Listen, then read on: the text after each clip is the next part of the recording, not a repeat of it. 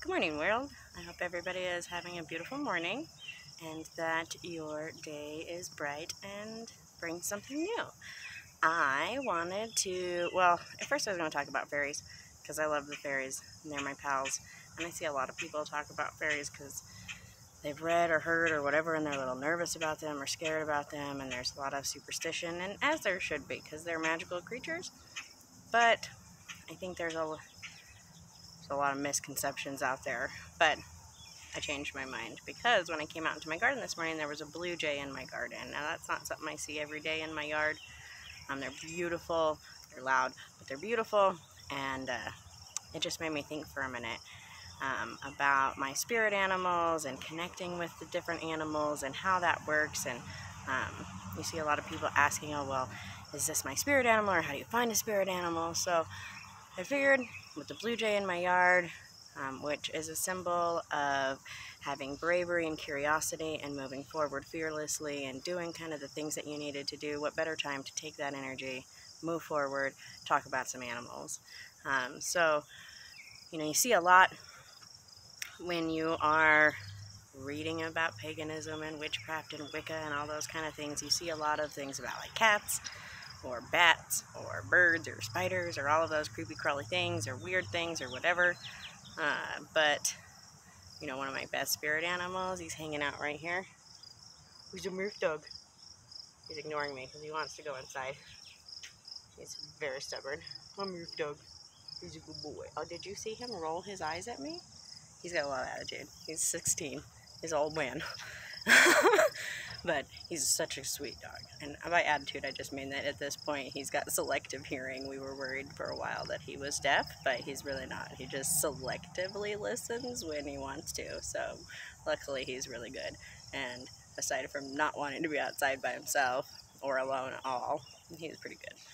But anyways, so your spirit animals and how to find your spirit animals and all of that kind of stuff. So let's see. So finding your spirit animals, normally they'll come to you, or you'll have already had them in some weird way. And a lot of times it's not, okay, there is a significant number of witches who really like cats. I've tried to like cats. I've had one cat who recently passed. I had to give him away. And I'm so blessed that I had somebody wonderful to give him to, who gave him a wonderful life for the second half of his life. But he was my amazing little Zeus. He was such a great cat. But he also liked to poop in plants. And we just couldn't have that. So he had to, whatever. So, but like I said, that's the only cat. I've tried to have other cats, but I just can't tolerate their behavior. I'm not a big fan. I don't want to clean litter boxes. I'm just, no cats for me.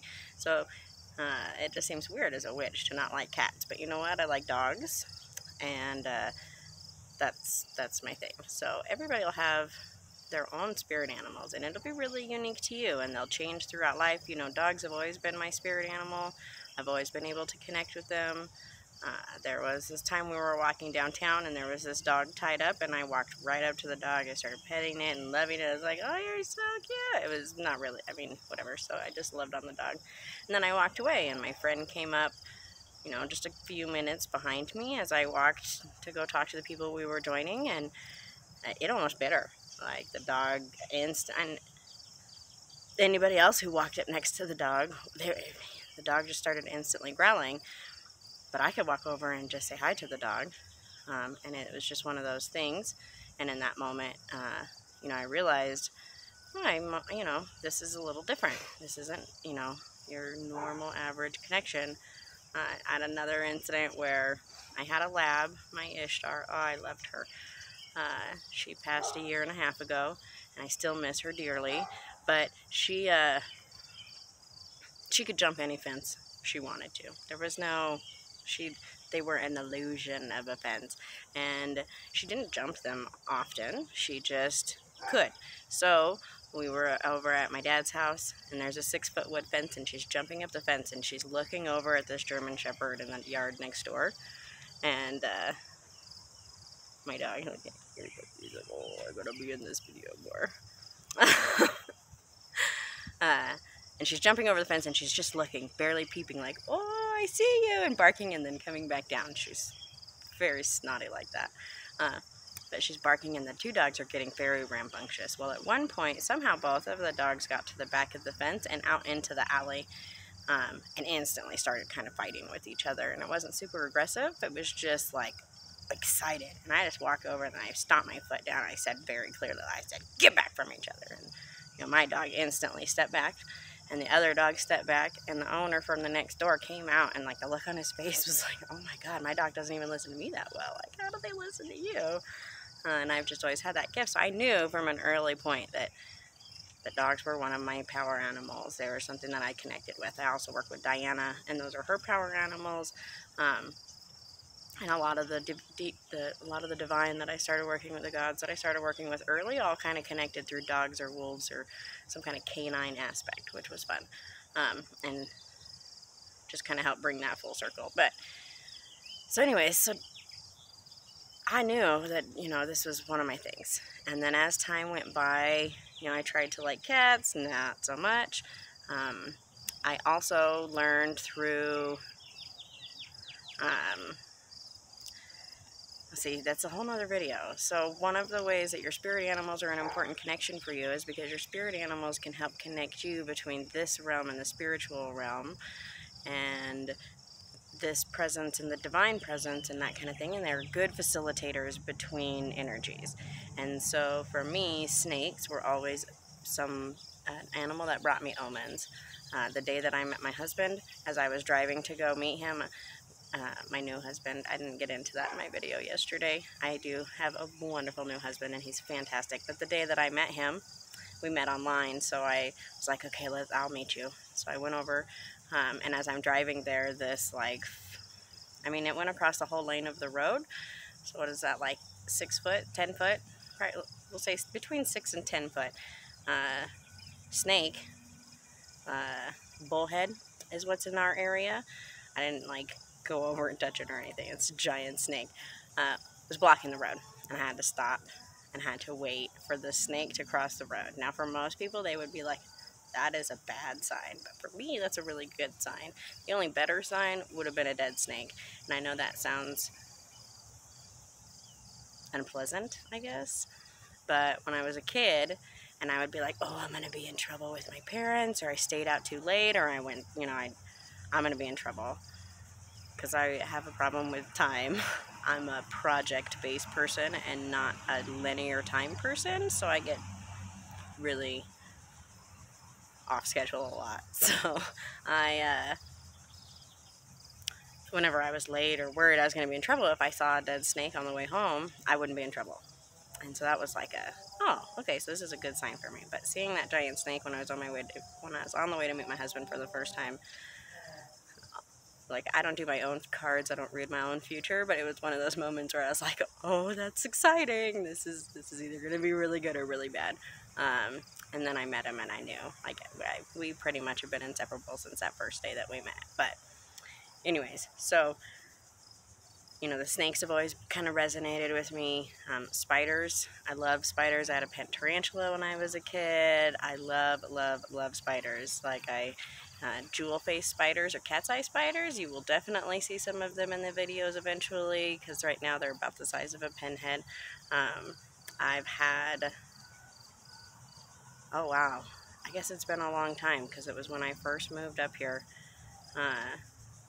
when I made that big first transition, and I moved from Denver into a small town, and I moved away, and I divorced my first husband, and I did all of that. There was some spiders that lived in the house, and they built their nests around all of the corners, and it took a long time for me to figure out they are, but they're jewel face spiders or cat's face spiders. They're amazing. The females grow like this big. Their butts are huge, and they have beautiful patterns. I have one tattooed on me. They're amazing. I love them. So they're just starting to build their webs and get big enough to be able to see. I found some in my garden, but anyways, I love spiders, specifically these ones. As you begin to build connections with these animals, you will see different ways that they communicate with you. So spiders are my protectors, snakes are my healers and good omens, and birds are my communicators with the gods. And for a long time I thought it was just one bird. The hawk was really special to me. I've always bonded with them. I have just always loved them. And so at first I thought it was just the hawk. And then I started to bond with crows, also an amazing energy. And then it was other birds. There were blue herons that came while I was pregnant with my first daughter. There were owls that came also while I was pregnant. Now I have robins that I've had, like I've said it, I'm pretty sure I said this the other day or whatever. Anyway, so I have the third generation of robins that live in my yard. I was going to try to start the video with the robin because the grandson was in my yard and he was eating bugs, which are amazing because the bugs are eating my plants and I really want to get rid of all of these stupid grasshoppers. Anyways, so they're just my pals. But anyways, so as you go through and you begin to bond with them, they just kind of become your messenger. So different birds bring different messages and say different things. But this is specific for me. Like, I do have reputable sources. I use Native American spirit animal guides. I find that they have really good connections to the animals and really good ancient wisdom that they connect with. And as an animalistic, that's not even the right word. Anyways, they have great resources. There's also a lot of other ones, but you just got to find a good resource for you and one that resonates with you. But the messages are specific for you. So we could all see a dog, and the dog would mean something different for me than it does for you. There will be different parts of the animal. But one of the things when you start to greet an animal, and let's say you have a bat that flies through your yard every night when you come outside for your evening greeting of the moon, or just to go outside and smoke, or whatever it is that you're going outside for. There's a bat that flies through your yard every day, or past your balcony, or whatever.